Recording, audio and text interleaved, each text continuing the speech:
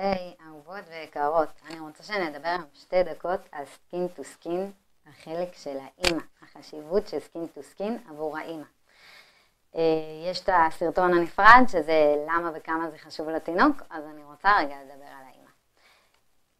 בעצם כשהתינוק הוא נמצא עלינו ישירות במגע חשוף, זה גורם להפרשה של הורמונים אצלנו, שעוזרת לנו להרגיש יותר טוב, גם אם אנחנו לא מודעות לזה באותה שנייה. עכשיו, אני בתור אחת שמכורה לסקין טו סקין, יש לי בעיה כזאת, מכורה, תנו לי כאילו אחרי לידה להיכנס למערה, שזה החדר שלי, או מי שיולדת בחדר לידה, וכל היום להיות עם התינוק הזה בתוך הבועה הזאת. מי שלא התנסתה בזה, אני מציעה לה להתנסות, להיכנס לבועה הזאת, בועת האמא והתינוק. אז גם אם אנחנו לא מרגישות את זה מיידית באותו רגע, זה גורם להפרשת הורמונים שמאזנת אותנו לטווח הרחוק ומשפיעה, אולי זה יישמע מפתיע או קצת מרחיק לכת, אבל זה לא, זה מגובה מחקרית, משפיעה על אופן ההתאוששות שלנו מבחינה רגשית והורמונלית, ויכולה להקטין סיכונים לדיכאון אחרי לידה.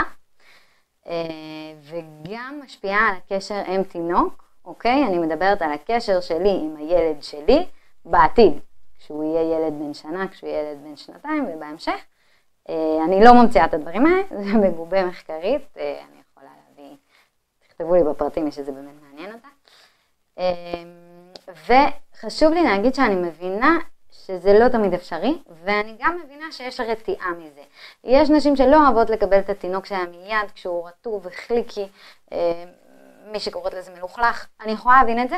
ויש נשים שבאותו שנייה אחרי הלידה הן עכשיו עם תפרים או עם התמודדות רגשית שלהן. אני לא אומרת שחייבים משהו, אני לא אומרת שחייבים את זה מיד, ואני גם לא אומרת כמה זמן חייבים את זה. אני רק רוצה לפתוח את המחשבה לגבי לנסות לעשות מגע של אור לאור עם התינוק. אם את רוצה ויכולה מיד אחרי הלידה, מעולה, מה טוב.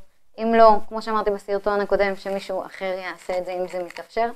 אבל עדיין, בהמשך את יכולה לנסות. מה זה בהמשך? בכמה שעות אחרי, ביום אחרי, גם בשבוע אחרי. אפשר להמשיך עם זה, טוב, אנחנו לא נעשה סקין טו סקין עם ילד בן מבוגר, אבל אפשר להמשיך עם זה לא רק בתקופת יומיים 3 אחרי הלידה, אלא כמה שאת רוצה ובוחרת, ואפשר לעשות את זה במשך שעות, במשך פרקי זמן קצרים, פשוט לנסות להרגיש את המגע הזה, הוא משפיע עלייך ברמה, וגם עליו, כמו שאמרתי, ברמה החיסונית, ברמה הרגשית, זה דבר מאוד מיוחד, אני בהחלט מציעה לך לעשות, ואם את רוצה עוד פרטים,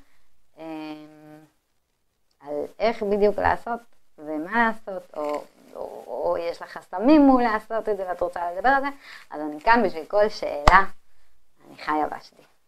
חופשייה ללדת. להתראות.